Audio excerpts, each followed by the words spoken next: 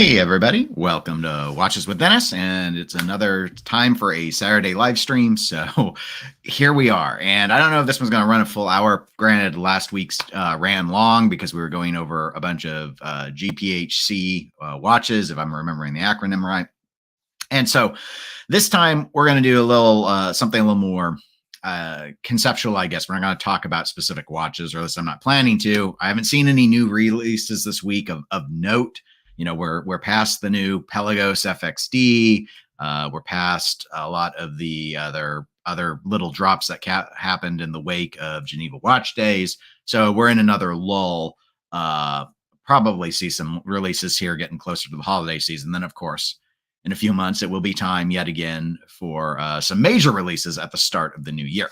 But for now, I think one of the things that's worth discussing, and I've done videos on this before, is on the topic of the market. A lot of people who are into watches are interested in the watch market, not necessarily because they view watches as investments either, though obviously there are a sizable number of collectors that do so, but rather there's often interest because if there are pieces that you want and you can't afford them because the price keeps going up, either retail or secondarily, you're interested in the market, even if you're not interested in the market. So that's why I think it would be a good topic. But this one's actually going to be hung on a framework. I like to use a framework for discussion. So this one will be around Hodinkee, the media empire outlet. I don't know how we want to think about it. Kind of at one point, the mainstay, and probably still in a lot of people's minds when you think watch media, the first company you probably think of is Hodinkee. But they're also a pre-owned watch dealer, and they got more and more involved in that over the last few years. But good morning, Matthew. Welcome to the live stream, and thank you for being a 99-cent club member. I won't post links in the chat, but there are in the video description if you want to be a supporter of the channel financially, in addition to watching all those glorious ads that YouTube works up for you guys. You can become a 99-cent club member. It's 99 cents a month. It's the only tier I have.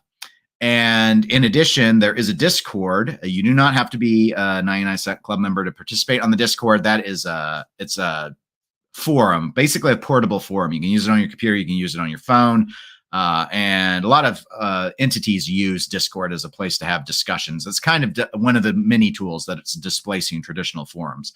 So anyway, there was an invite to that if you want to go and participate. We post photos of watches we have discussions about videos that I cover, or sometimes just articles that I don't do anything with on the channel but are interesting, just being involved in the watch hobby. So that is there in the video description, as it generally is always. I think I've got it on all the current videos. It's in there.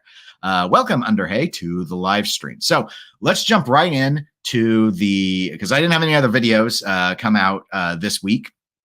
So I don't have anything to plug in terms of my channel. I'm 2 weeks in on my new job, so that's not why. I've actually been able to work in videos so far if I need to. They've been good about work-life balance. It's just there hasn't really been a lot of news. So, but I stay consistent with the live streams. You got to give that the 99-cent club members their 99 cents worth of content. Which, speaking of support, Cloud Kin is one of those 99-cent club members, and good morning to you as well. So, and on the wrist today, because it is pouring out, is my Orient Cano, fairly inexpensive dive watch if you are interested in something that is not the Kamasu. Okay, so this is from Watch Pro, but lots of news sites, or at least a number of them, have covered this. This happened earlier in the month. We just had other things to talk about, so we're going to cover this now. But Hodinkee, this article in the headline, I think, and I have a link to this article in the show notes if you want to go and actually read it. I think it's interesting that they put in specifically the Rolex price slump. It's more than that, but I completely understand the reason to do that, because if Watch Pro is anything like YouTube, sticking Rolex into your title somewhere probably means you get more views. But and it's not a total misnomer either, because the changes in Rolex in particular has probably complicated the life of many pre-owned watch dealers more than any other brand, depending where they place their investments in terms of product.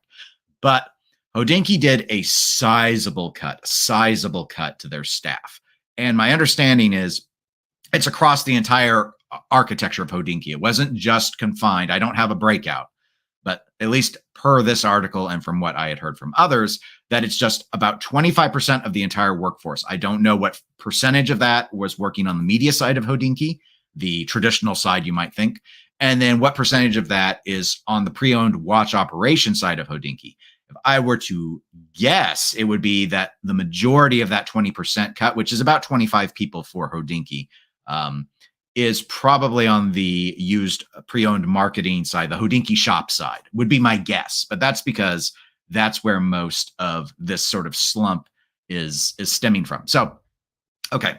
So what's been going on with that? And I meant to pull up another site, so I'll search that up if you hear me typing in the background while I pontificate. But okay, so Hodinkee had opened up a shop several years ago. Pre-owned vintage watches, vintage in particular, was the emphasis at the time. And Hodinkee, before that, I may have traded in some like watch accessories. I don't remember if they got in the strap game like so many watch brands do, but it was something that we saw over time.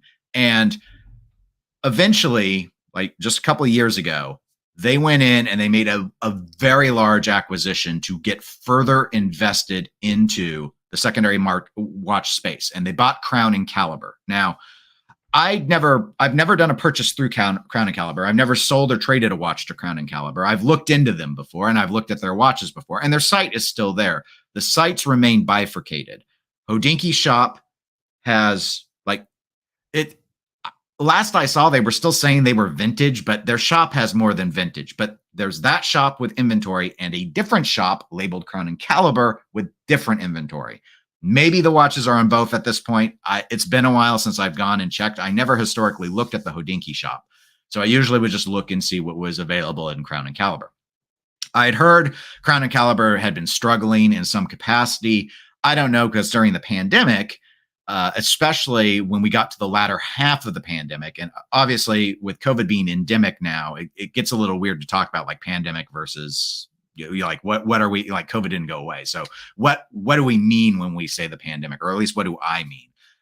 What I mean is what started March of 2020 and then essentially ran through March of 2022. And by the end of March of 2022, almost all things, broadly speaking, in terms of the market and economy, got back to normal. Now, there were residual effects. For example, supply chain issues were still a problem in 2022. But March, April, mostly March, but it depends on the watch. But really, March 2022, that marked sort of the peak of the watch market in terms of used prices and how exorbitant they got. And then since then, we have witnessed a decline. And initially, it was extremely sharp. We would use the term collapse, except pricing is still higher than it was pre-pandemic, but it's close. It's closer than it ever has been before.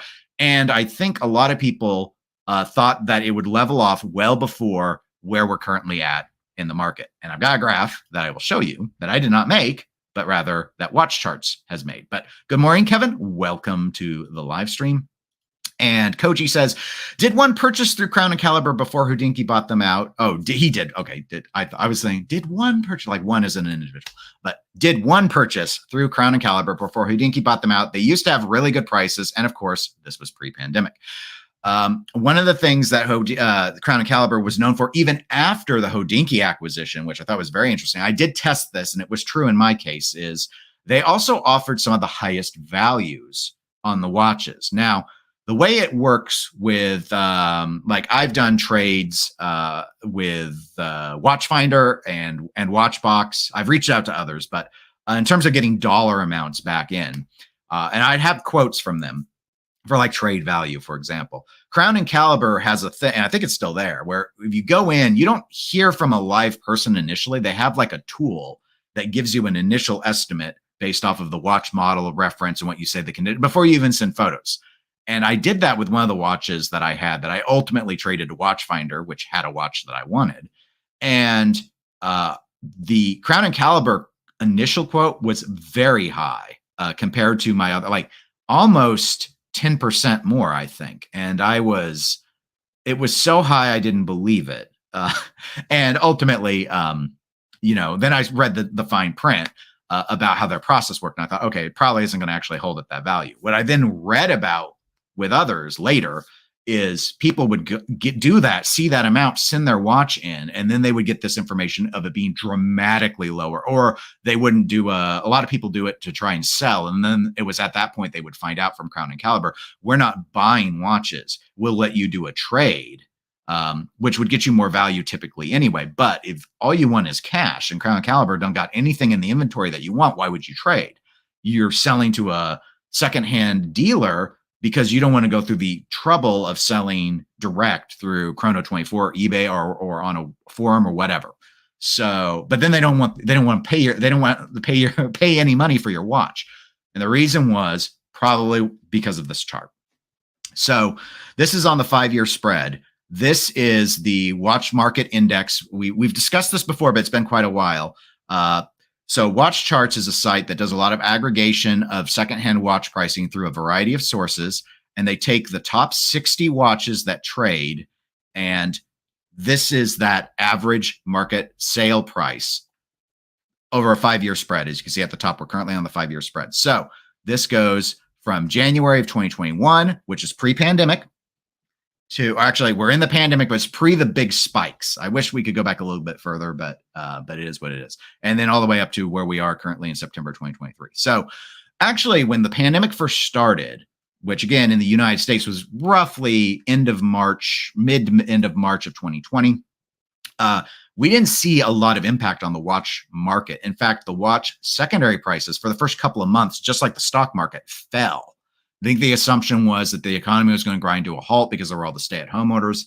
Stay-at-home orders did not last very long in the United States. So after that, we saw economic recovery, and watch prices basically, as I remember the older charts, and you can go and do a similar analysis, watch by, like, take a hype watch like Rolex Daytona and go ahead and pull that up at Chrono24 because they do graphs like this. And you'll see then it just starts to kind of go up again, but gentle, kind of like this. It's pretty gentle, right? Price increases at the retail level started to happen. So you see more and more pricing going up. It started to get more aggressive. You see we're a year in already as of March 2021. It started to go up more aggressively. Then it seemed to level. And then right at the start of 2022, everything went mad. Absolute bananas. I remember, because obviously I was into watch collecting and I was doing content at the time, when we got to the start of 2022 and this happened, and this happened for a whole, like all of the sports watches of Rolex saw this. The Nautilus, the Royal Oak saw this. This was a lot of, not everything, but everything hype looked like this. This was peak madness. It made no sense at the time. It was like every crypto bro under the sun just all of a sudden thought watches did the same thing. And for a while, that feeding frenzy made it happen. You can make your own reality. Remember the whole, what was it? The GameStop stock thing that happened because of Reddit, where they're just like, we're going to just buy it. We're going to buy it and do a short squeeze or squeeze the people doing the short squeeze. I don't remember the whole order of events, but basically Reddit just decided we're going to artificially prop up GameStop stock, which made the stock value go way up. Anyone who's still holding on to those shares probably really regrets that they diamond handed it. But at the time, they were just like, if we keep doing this, it's just going to go to the moon. Everything's to the moon. Crypto's to the moon. Watches to the moon. And then we get here to March, and then the bottom just fell out. And then everything started to go down. And it went down pretty rapidly. And after a few months, about a quarter of a year, so now we're getting into the fall of 2022, things slowed down a bit. But as you can see, these top, I think it's 60, right? Yeah, 60 watches of top 10 luxury watch brands is what this chart's based off of. It's kind of leveled off. We saw a little bit of increasing near the start of the year when we saw some manufacturers raise their MSRPs. But again, we're dropping down more and more. Here we are, these 60 watches, just over $31,000 average pricing compared to early in the pandemic when it was $27,000. So we're still above where we were pre-pandemic, and maybe we always will be. Recessions aside, but this has greatly corrected almost all of those gains that happened during the pandemic. Good news for watch collectors, not so good news for people that invested in watches or secondhand dealers who didn't buy the dip but bought the peak. That's probably part of the issue that's going on with this article and this talk about the Rolex price. Like if you go to the sites and look at the modern Rolex watches, maybe there are a few sports watches but that are more retail than they are secondhand, but not to my knowledge. Like, subs still go for more used than they do new. They just don't go for very much more. We're talking like a $3,000 or $4,000 more. So, the Rolex is more, but it's a Rolex Daytona, is more, but is it really worth it? Sort of thing. And interest rates are so high now, which is and I'm not a financial advisor, so nothing I say is to be taken as financial advice, but as Ken says, interest rates, T-bill and chill. I just had a CD, 2 CDs come up yesterday and the day before. And this morning I went in and I looked at T-bill interest rates, which are good, and CD interest rates, which were basically the same. And I sent the money back into another. In this case, I did a CD because it was a little bit higher rate, but it's like, why? I looked at some of my other, ETF portfolio, and it's sliding down a bit. So I'm like, I don't know what's going to happen with the market. So I'm going to put a little bit more into a more secure guaranteed interest rate. And I don't buy watches in that capacity, but you see, it's easy for a consumer, to be like, well, if I was buying watches for the investment right now, given what we're seeing with this chart, I'm going to be like, nope. Treasury bonds and certificates of deposit are far safer choices right now, especially then this does not look like a good investment, because I don't know if we're done going down or not. Of course, we don't know with anything, with stocks or anything else. We don't ever know. But this was weird. This whole 2022 thing was really bad. So what happens if you're a Hodinkee and you buy a Crown and Caliber and you have your own watch shop and stuff, and used stuff's been coming in, and maybe you're doing trades or maybe you're doing outright buys. But what happens to let's pretend this is not a market aggregate average, but rather that's an individual watch. We'll call it the Rolex Awesome Tona, because it's a posh watch. So the Rolex Awesome Tona, what happens if you bought it here at the start of March at $47,000, let's say, or you bought it at $45,000 because you thought you could sell it for $47,000, but you couldn't sell it.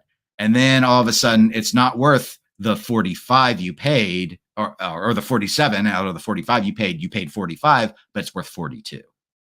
And so you held, and then it got worse. And now you've got a $45,000 purchase that's worth $10,000 less than you paid for it. That happened to so many people, and it happened to Hodinkee. So Hodinkee took Crown and Caliber. According to this article, now LVMH is a big backer, incidentally, behind Hodinkee. I knew Hodinkee had a number of investors. I was aware of John Mayer being an investor in Hodinkee. I didn't know Tom Brady was. That's noted here in these paragraphs. But LVMH, which has a number of watch brands under its luxury label, is backing this.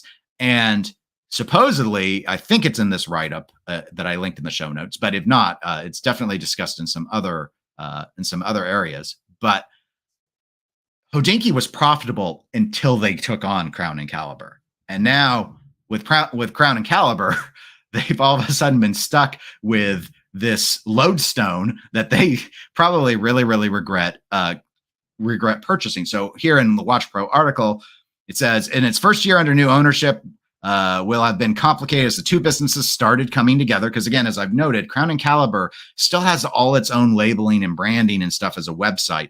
If you go to Crown and Caliber and you didn't know Hodinkee bought them, last I looked, you wouldn't know going to the Crown and Caliber website. And likewise, the Hodinkee website doesn't say anything about Crown and Caliber of note, nor would I expect it to. And my assumption is the Crown and Caliber name was going to be phased out and everything was going to be Hodinkee, because it's got far more name prestige than Crown and Caliber does. But as you can see, as I noted with this watch charts chart that we just talked about, you see in the article, they talked about that the hottest models have been falling ever since March of last year, or March of 2022.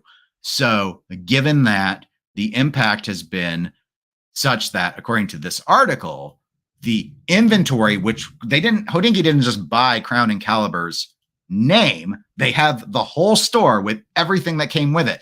And they paid out a certain amount for that. And now approximately 50% of the value of the watch inventory that Crown and Caliber possesses is gone.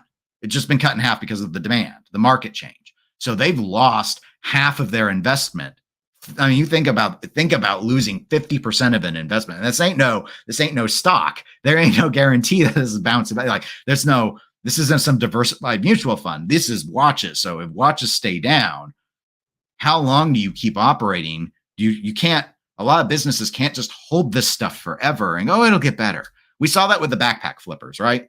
So remember the whole surge during the pandemic of the, start TPG. I don't know if they were the first, but they're the first I was aware of doing that whole, come and watch us wheel and deal and do the grind. And we're going to sling what I call them backpack slingers, because it seemed like they were all selling out of backpacks. No knowledge about watches in many cases, or minimal knowledge. You might find a few people who'd memorize a few reference numbers and stuff like that. And it would be like, as we've talked about, as I know I've talked about ad nauseum at this stage, you couldn't lose for trying. Every watch you bought a week or two later, you could sell to another backpack slinger and make, 5% or whatever. It was easy money. It took no thought. Was it a hype watch? Yes. So think of it. This was the flow chart. Is this a hype watch? Yes or no? If no, don't buy it. If yes, buy it, sell it to someone else next week. Doesn't have to be consumer. You'll find someone would take it until March of 2022. And then those someone's quit, because it was just like, it got so crazy. So while you might feel bad for someone who bought the Rolex Awesome Tona at the height of this thing, at least they still had the watch that they wanted, right? If they didn't buy it for investment reasons, that it's worth half of what it was, in a way, is somewhat moot. I mean, it stings a bit, I'm sure, but that's the way, lots of stuff depreciates. So that's not all that atypical. Problem is, of course, for businesses that have inventory that they bought while those prices were high, and now they're saddled with it.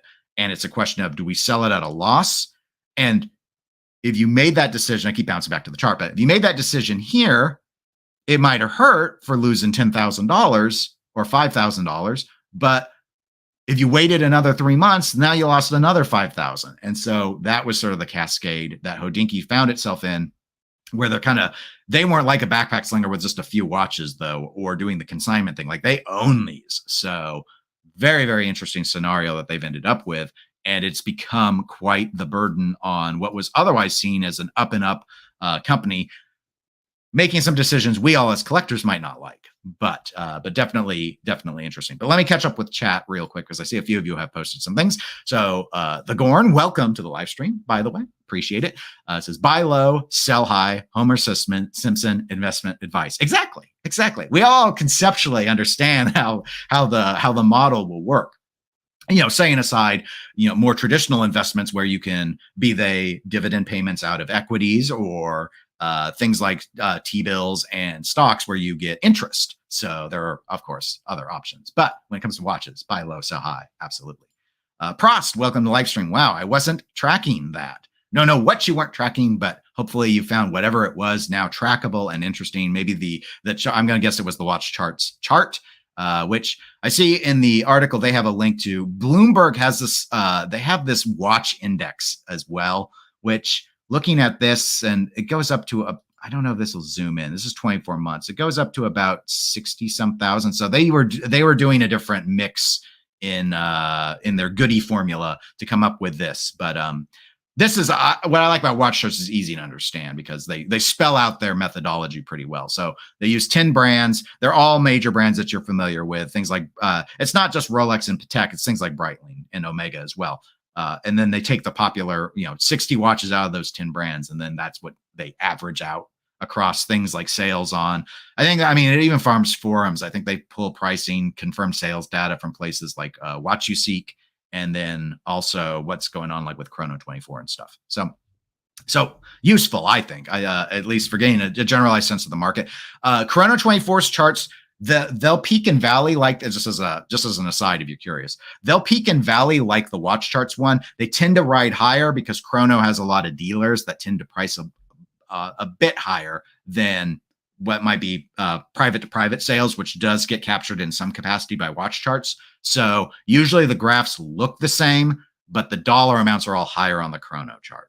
Is kind of how I would, my layman's summary. That your mileage may vary watch by watch, but that's generally what I've seen when I've done my own videos. Because sometimes if I watch charts paywalls going way back in their data, so on some of my videos where I've done market analysis, if I want to go way back, like 10 years back, I use Crunchwave for, because they let you access that information for free.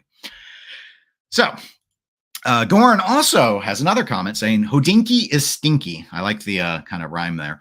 I don't like their watch reviews. They leave out important technical details and just ramble on about brand cachet, and it's just all fluff. That's very interesting. One of the things I did like about a lot of the Hodinkee, not the reviews, but they're so different. I suppose, definitely different. But one thing I will note that I do like about Hodinkee is when there are new releases, I do like how at the end of the article, they summarize, like, here's what the movement is and the specs. Here's what the watch is and the specs. At least then. I don't know that they stick that, though, in all their reviews. Now, they don't lay it out the best way. I think Monochrome Watches actually puts it all in a shaded box, and it's really, but Hodinkee's is very easy to read, whereas like A Blog to Watch doesn't do that. And while I like the editorial narrative and the writing style on A Blog to Watch more than Hodinkee, and I often cite A Blog to Watch on this channel because of that, I don't like that they don't tech spec summary anywhere on any article that I can find. Like, it's in there, but it's in the narrative, which when you're just reading works very well, but regurgitate it in a box at the end. I guess if I were to give them any advice, it'd be please do that, because sometimes I just want to pull the stats. That's all I want. So, but yes, Hodinkee. Now, the thing about their reviews, getting back to Goran's comment, and I do self-plug, but I'm not going to link it because I don't remember. It was a while ago. I took a month of Hodinkee 1 year. I think it was a month. Maybe I did a whole year. I don't remember. I have a video, guys, where I took a period of time with Hodinkee and I loaded up every review that they did, true review, under whatever. I said what their definition was, and I only loaded those articles. I read every single one of them, and I analyzed how many of them had anything negative or critical to be said about the watch. And as I recall, the percentage wasn't, so spoiler, you don't need to see the video at all, it was in single digits. And most of it was only one of their authors, who I don't even know is still there anymore. All the rest were, as Goran said, fluff. It was just fluff. It was this, and this happens on YouTube a lot too. So, and I do understand it in a way, especially from those that take watches in. And, you know, there's that line, like Jody with Just One More Watch. I think a lot of people feel he walks the line pretty well, where he'll be critical of watches while fully acknowledging he was given the watch and gets to keep the watch. But it's still a paid content thing, so it gets a little suspicious. Whereas on the opposite end, I've never done a paid performance review of a watch, but because all the watches I've reviewed are watches I've owned, I don't do very many reviews because I don't buy watches just to review and then flip them. So someone like me isn't going to give you very much review content, because you're basically subject to waiting for me to get watches that I'm interested in. And that's another interesting thing to note, talking about like a confirmation bias concern. So with me, you may not have any concern about paid promotional content bias, but I'm buying watches I'm already interested in. How does that skew the results? So that's an interesting. We could do a whole thing about how reviews work and where bias might exist, because it's. Is it possible to be unbiased? I do believe so. I believe it is possible to do something in an objective, wet manner, as long as you follow a certain set of conditions, but you have to challenge yourself constantly. And then the reader or viewer has to decide, have you done a good enough job of that? Yes or no. And that's going to be a subjective evaluation on their parts. So, but it's tough in watches, because it's not, we can't just go and like test drive them all and because you could go to a jewelry store and they'll let you try them on, but that's not enough exposure for a true review, in my opinion. So very, very interesting, very, very challenging sort of thing. But anyway, back to catching up on chat. That just, Goran got me off on a tangent, so, which is good. I needed something to vamp on. Koji writes, frankly, they had better journalists, Jack Forster, Cole Pennington, etc., in the past, but they have since moved on. And yes, I mean, when Jack got poached, maybe poached isn't the right word. He may have been looking to leave, but went over to the watch box. That was big news. I mean, I either on a live stream or I think it was on a live stream, I covered it because I thought it was really interesting, because Jack was my favorite writer with Hodinkee. What I liked about Jack is that his style is it's interesting because it's so different than mine. Like, he's very romantic about watches.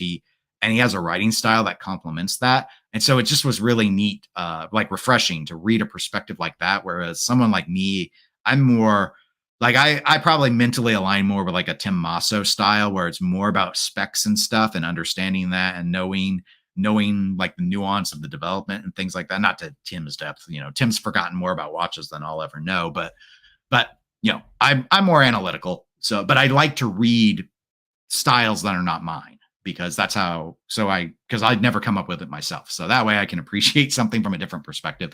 Is the idea. I don't know how many of you operate the same way, but that's just why I like to read a variety of opinions. And Jack's was just so different than how I would approach it that it was refreshing. Of course, he's still involved in watches, obviously, but the reasons to visit Hodinkee really declined after he left. Outside of me checking what they have to say about new watches for specs, really, that's about all I do anymore with them. But Ken writes, their flagship product, talking watches, may have gotten stale and overcopied. Folks can only watch the same collections over and over so many times. That's a good point in terms of. So we're back on the subject about these these struggles of Hodinkee, and the challenge with them monetarily does really stem from the secondhand side and what they've been laden with in a market that's declined so much. But I'd like that bring that in as since Ken has teed it up so well about a discussion. Some of you have already hinted at it or brought it up in your own ways, and I've tried to touch on those chat comments already. But like, what do you think about Hodinkee as a site? Because yeah, like talking watches is a case in point with what Ken has said. Yeah, a lot of people have started to do it. Hodinkee, it depends. I don't watch all of those. I've watched a number of them, and they do seem to still mix it up. So I won't say they've fallen into other than the staleness trap. They do seem to bounce around in the sense like, here's someone who doesn't really know anything about watches, and they're bringing them on because it seems like they want to get a quick 2 million views because this person's super famous. And then there's other instances where they do bring on actual watch collectors. That being said, because they mix both in together, and because no matter if the person's a real watch collector or not, they do tend to be more of the, I don't know if I want to say hype piece person, but we do see a lot of the same watches on there, whereas like when you see collector conversations with Watchbox's channel, for example, you do tend to see a lot more variety. I'd say the thing that's common to both of them is most of the time with both channels, probably more so even though with Watchboxes, you see very expensive watches and not so much obtainable stuff. At least with the Hodinkee ones, I think sometimes you'll see people that will at least have their early watches, which aren't like everything isn't 5-figure and above on the table sort of thing. But, it depends what you want, because part of the fun about watching that sort of stuff, and I know Ariel Adams on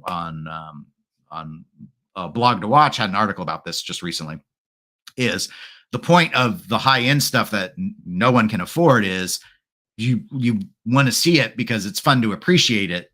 You don't have to think about, oh gosh, I should be able to buy everything sort of thing. So I don't know.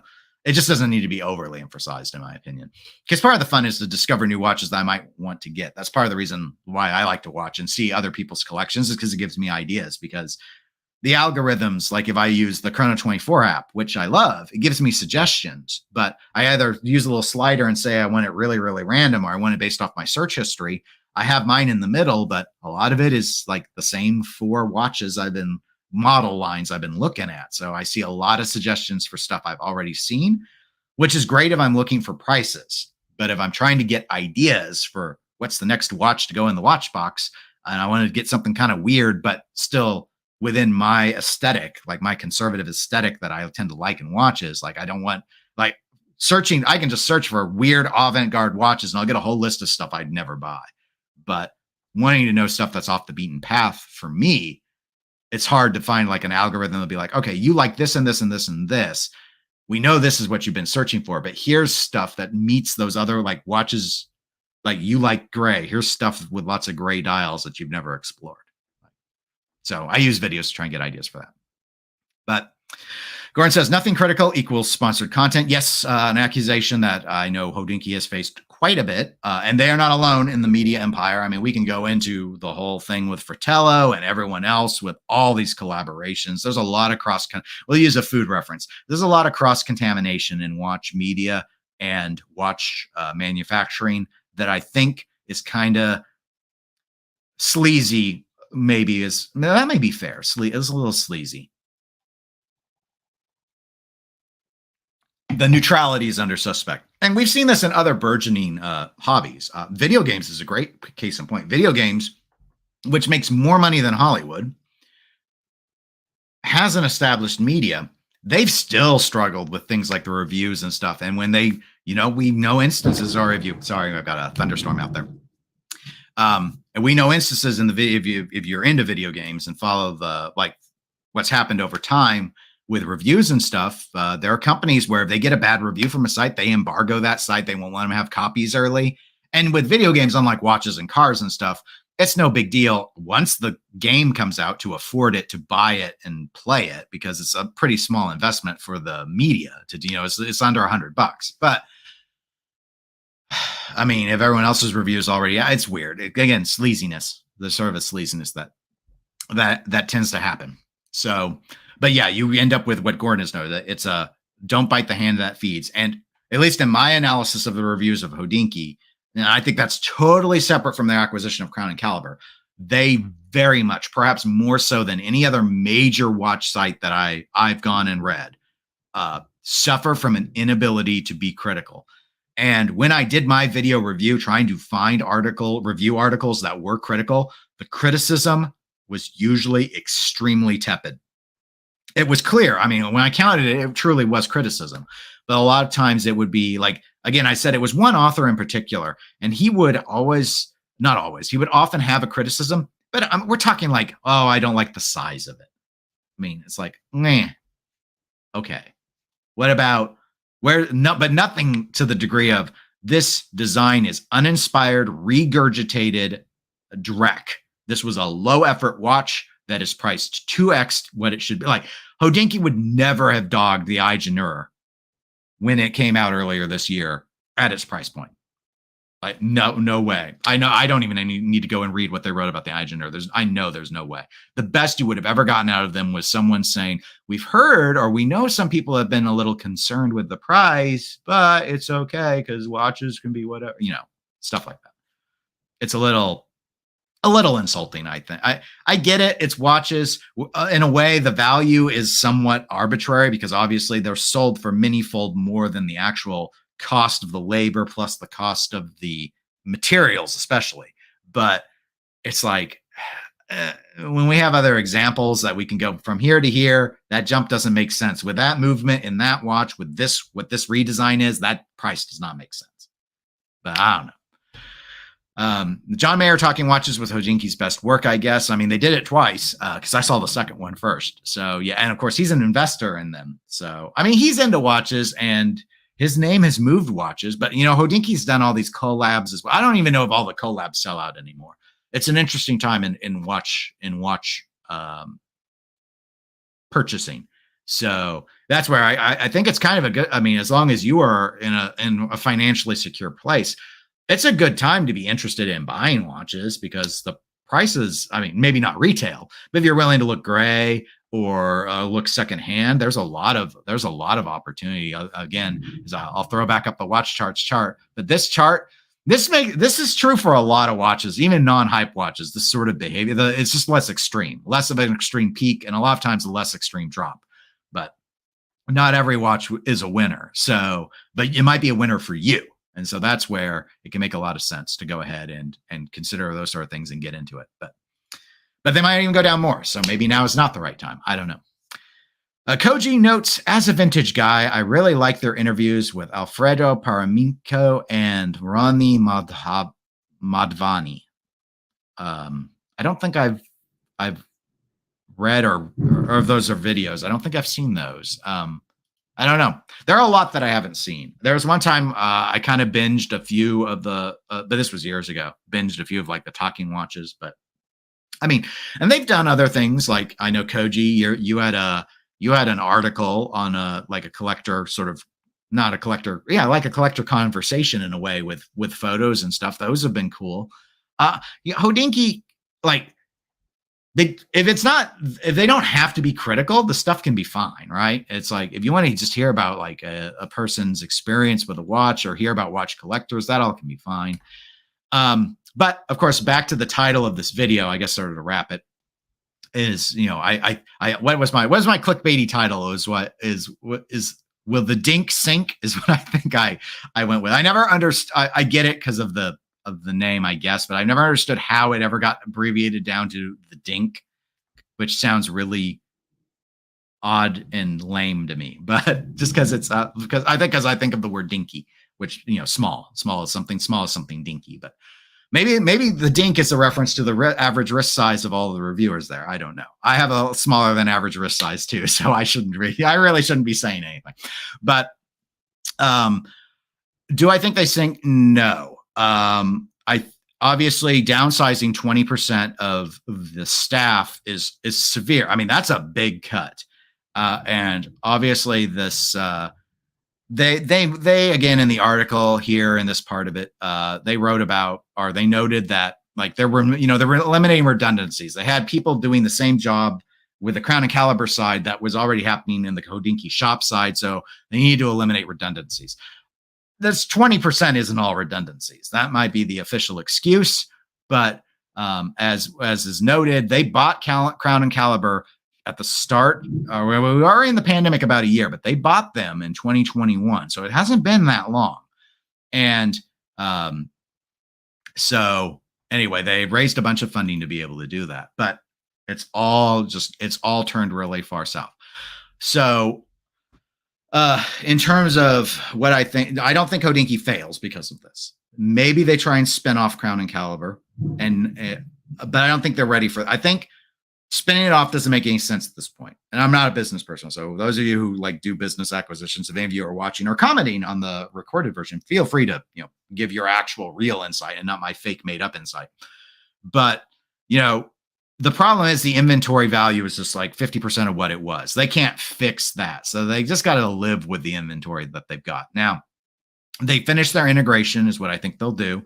They'll keep things slim. They'll probably do what Crown and Caliber is already known for doing at this point, which is basically we're not bringing in new inventory except maybe on trade to get rid of old inventory. They're not going to buy more watches, and they need to start trying to flush out some of that inventory. Now, how long do they hold the inventory at the pricing that they've got versus fire sailing it? I don't think they go full fire sale, but I think it's a sliding scale. I think they're going to probably, if I were them, I would start putting more and more of the stuff that's just been sitting for a while, the more esoteric, weird watches, you know, the non-Rolex watches, start selling those on sale. Start selling them at a more significant discount.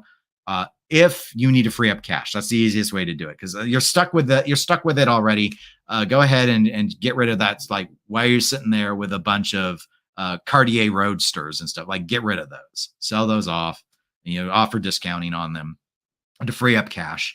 And then once the inventory is slimmed down and it's not the same lodestone that it was, they can rebalance with their now downsized staff to the actual volume of watches that's going to happen in this post-pandemic economy. They're kind of just stuck with too much worthless isn't the right word, but they're stuck with too much worthless inventory right now. That's really the only issue they've got after this set of downsizing. I would assume they won't need to do another major round of downsizing unless they're hung up, like their investors are hung up on the idea that we can't liquidate the inventory from Crown and Caliber. We need to hold on to it for when it bounces back so that we get a better return on investment. And then they decide they sacrifice staff so they don't have to sell off the inventory at a loss. I don't think that's the way they're going to go. But that's how I could see it playing out. But their media arm, in terms of that's been interesting, because they've been doing a pivot, and there was I don't have the article loaded up, but I looked at it yesterday. It was about a year ago. They had announced a whole bunch of new hires on the news side, the editorial side of Hodinkee. I shouldn't say the news side. The thing about those hires is Hodinkee was trying to position itself to be a lifestyle brand. And we saw this in pinball with Stern Pinball. I don't know if Stern Pinball is still talking about it. It's describing itself in its narrative as a lifestyle brand, but it was, again, the weirdest, I'm going to say kind of dumbest thing that they've done recently. And Stern's been doing a lot of things right, but trying to say that we're going to be a lifestyle brand where people are going to like want to wear Stern pinball merchandise and stuff never made sense to me. The people who, I have a Stern pinball shirt, the people who wear Stern pinball shirts are the people who play pinball. It's not a lifestyle brand. So I don't understand. I never understood that pivot. I think they've pivoted away. In Hodinkee's case, it's been, and this has been something a lot of people who have been okay with the shop doing the shop stuff has had a big problem with, is Hodinkee has been doing this. We're not just watches now. We're going to be jewelry, and we're going to be perfume and cologne and high fashion. And it's just like, we're just going to be a luxury label. Hodinkee just wants to be what it was for watches for all of luxury. That's going to be a bell that's going to be harder for them to want to unring. But I think that they're going to need to. I don't think they can, given how things are, I don't think they can entrench themselves in enough spaces that aren't wristwatches to be successful. Like, I don't think Hodinkee becomes the go-to place to find out what fragrances you should buy. I just don't think it's going to work. So the people who go and get the magazine or go to the website are watch people. They should, in my opinion, double back down on being quality watch content and shore that up, not the shotgun approach of being all of luxury. The reason why I think that's going to be hard for them to unring is, I mean, it's as simple as firing and hiring people. It's not a logistics issue for hiring. It's that LVMH being a major institutional backer of Hodinkee now. I think LVMH, because it's a luxury brand, not a watch brand, they don't want Hodinkee to just be watches. So I don't think they can let that go. But I think that's going to make more and more watch people not keep Hodinkee bookmarked. So I think Hodinkee's viewership actually falls, not because of the economy, not because of the Crown and Caliber thing, not because of less purchasing of watches, simply because who wants to go to a site that's not just about wristwatches when you're a watch enthusiast? There are so many sites like Fratello, like Monochrome, like A Blog to Watch that you can go to just for watch content. So why would you go to Hodinkee?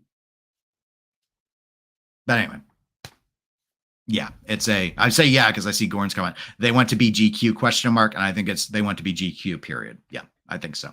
And I don't know if that's Hodinkee's leadership's idea or if it's LVMH saying, you know what, like because LVMH has got, what all do they have? Now I'm gonna look, because right, they're like Louis Vuitton, right? And stuff. Their stuff. Oops, I accidentally typed a slash in the name, so it didn't work. Yeah, Louis Vuitton. What talents, groups, houses? Okay, let's get it on the screen, folks. We'll accept your filthy cookies. All right, they're far broader than I even realized. So they're fashion, perfume, watches, and wine. I had no idea they did liquor. Oh, so like Dom Perignon is LVMH. Okay, that's like the one I don't drink wine, so sorry, that's the one I know of. So fashion, what do we got here? We got Louis Vuitton. I don't know fashion either. Christian Dior. I think I've read that before. Perfumes, what do they got? Do I know any? I don't really. I'm not a luxury person. I just like watches. So sorry, I don't know any of this stuff. All right, and then in the watch space, they've got Bulgari. I knew they had Zenith. Tag, I didn't remember they had Tag. Tiffany & Co., that's the jewelry side, obviously. Rapassi, don't know them. Hublot, Fred. Okay, Fred. Good old Fred. And Chame. Okay, so that's LVMH. So LVMH being in with all these houses and all these categories, that's why they want Hodinkee to GQ it. And they're a big investor. So that's my thought. Koji says Hodinkee means watch and check. I think ? I think you mean I think period. That's going to be a response to questions when I don't know the answers. I'll just say you mean as a declarative. I'll just put a period on the end of it. Koji says I see Dinky and I think of the classic English toys like tanks and Star Trek stuff. Oh, okay. Huh. I don't have an association of that word with that stuff, so it never would have come to my mind. But anyway, that's really it for the live stream, which the storm's coming in more. I keep looking out the window because I have the shades open. I see more and more rain and lightning. I'm hoping the power doesn't go out, but I think we got through it without any disruption. So anyway, thank you so much for tuning in. I hope you enjoyed the discussion. If you're catching this as a recording, just leave your comments below. I do read them. about some of the like your thoughts on what's going to happen with Hodinkee. Do they survive this? Do they survive it in the way that I've speculated they will? I'd love to know about that. Don't know what next Saturday's topic will be, but I will plan another Saturday topic. Next pre-recorded video will depend on when the next interesting like first thoughts thing comes out for me, or I don't have any new watch purchases. I've been good. So there's still the Moser Pioneer review. If you haven't seen it, up on the channel, that's the last review I did. Might be the last review of the year because I'm not planning any more watches in 2023, but you never know. And so anyway, as a reminder, Discord invite is in the video description. So come on in and join that. It's super casual. It's not a weird place. I hit my spacebar and reloaded Koji's comment up, but I meant to load Goran saying Google Translate says Hodinkee means hours in Czech. Okay. That makes sense.